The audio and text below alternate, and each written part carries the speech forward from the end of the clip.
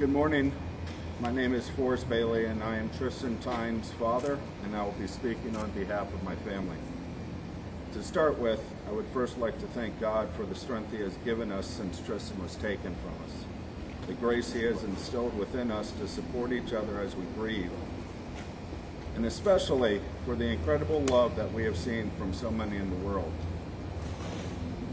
I would like to thank the Honorable Judge Smith for his consideration in deciding upon the life sentence verdict. While it can seem so easy to many people for this to be the verdict, it must be an extremely difficult determination for the judge to arrive at, given all the aspects he needs to consider. We are very appreciative of this outcome and feel that it is the right verdict, considering how heinous the crime is and Aiden's behaviors around it. In one of our initial meetings with R.J. Larissa from the State Attorney Office, we gave our word that we would wait until the criminal proceedings were complete so that we did not distract from justice being served. It is important that the case is tried in the court of law. In agreement with them, we do have a few brief words to say today. However, we will not be very expansive as there is still an open case with Crystal Smith. During her celebration of life, we shared that to continue Tristyn's fight. We are going to fight. Truth be told, this fight was done by so many, and the outcome today is a result of their efforts. Before we get into some of those thanks, as a parent, foremost, I would like to caution both parents and children on the dangers of social media and technology. As has come out through the proceedings, Aiden Fucci did not even have Tristyn's contact information until the evening before he killed her.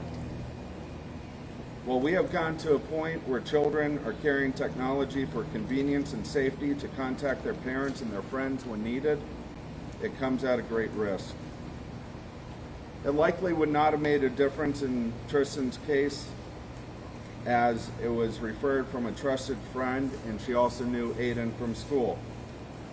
However, we would be sick to have it happen to any other family by not raising our concerns and our cautions.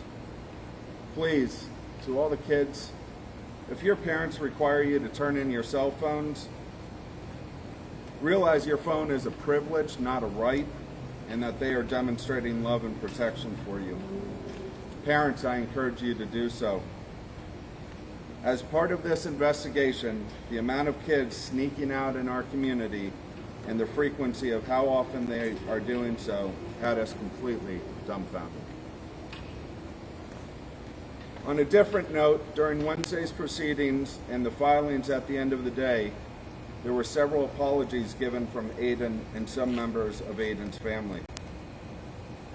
Foremost, to his grandmother, your apology on the stand really touched us. It was the first time anyone in your family had acknowledged it, and we feel for you as we could tell how much you are hurting. With respect to the apology letter from Aiden, from his behavior at court, at no point has his actions fell in line with the letter, and I believe it is due to the coaching from the defense. With respect to the legal process that takes time, and to the comment from the defense about us not accepting the apology, I find that hard to stomach. The defense was insensitive to my family when they called out in writing our participation, which are our right to do so. They mentioned it in filings. They even went further by sending out a survey to my wife asking her opinion on Aiden murdering Tristyn. At no point did they have the common decency to give an apology, so I think they should reconsider their high ground before they advise anyone else on apologies. In the days ahead, we're going to shift our focus and talk more about Tristyn, the plans that we have to celebrate her legacy, and we have a tremendous amount to share about this St. John's community, the people in it, the businesses that have supported us, the cheer community, and everything that they've done. As I look over, I also see all of our friends and family and it's just a small sample of who could be here today. You've helped carry us throughout, and we appreciate and love each and every one of you. Today is about focusing on the people who help deliver justice for our community, and I want to keep the focus on. Before I close, though, I would like to say a few words into the universe. God, I know you're always listening when we talk to you, and would ask your assistance to get Tristyn's attention for a moment, as she probably started doing something more fun as I was going along. Tristyn, to let you know we are so extremely proud of the person that you were in your time here. We have seen that when you went out into the world, you gave it your very best. You should be proud of the friend that you were, the teammate you were, and what you left behind, and the people that knew you, that we trust, will go forward and continue to make the world a better place. With respect to what you mean to our family, it's in our hearts. There are no words. We love you. We will continue to hold you in our hearts, and we will always be the Bailey 7. At this time, it's my pleasure to hand it over to Sheriff Rob Hartwell.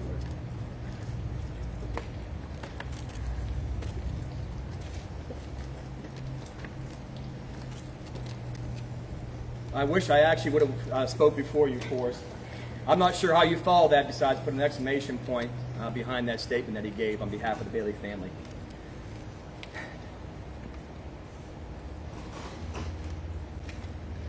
I will tell you this. Mother's Day of 2021, the St. Johns County Sheriff's Office got the privilege to meet the Bailey 7. We wouldn't be here today if it wasn't for that horrific incident. With that being said, what happened was a team came together from the St. Johns County Sheriff's Office, the 7th Judicial Circuit State Attorney's Office, and today we finished what we started together with the Bailey 7. We could not ask for a better family to be a victim in this process. Patient, respectful, understanding, and truly fit together with our team. We, together with the St. Johns County Sheriff's Office, you're no longer the Bailey 7, you're the Bailey 927 is what you are. With that being said, I do want to recognize two people that Forrest actually mentioned that are right to my left, to your right. And that's Sergeant Kurt Hannon, who was the lead investigator from the start, and then our lead victim advocate, Ashley Mitchell, who was also introduced here a minute ago. The entire team at the St. Johns County Sheriff's Office, it takes a true team to work these type of cases, and we did it together. However, these two individuals started it and finished it with this family by their side 24 hours a day. And again, family now. I do want to recognize the prosecutors in this case, Jenny Dutton and Mark Johnson. RJ, as you know, I had the privilege of working with both those when I worked for the State Attorney's Office. You want to talk about the epitome of prosecutors with preparing a case from start to finish. Those are the two that actually know how to do it right. By the way, they were prepared for trial, and they were prepared to win in trial, all the way to the day today when he was actually sentenced. With that being said, on behalf of the St. Johns County Sheriff's Office, the entire team that put this case together, with RJ Larissa, and his entire State Attorney's Office team, thank you to the Bailey family for understanding of what this job entails. Again, we will forever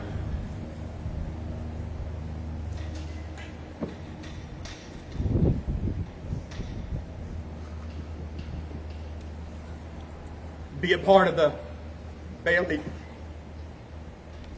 927. Thank you. I wish you could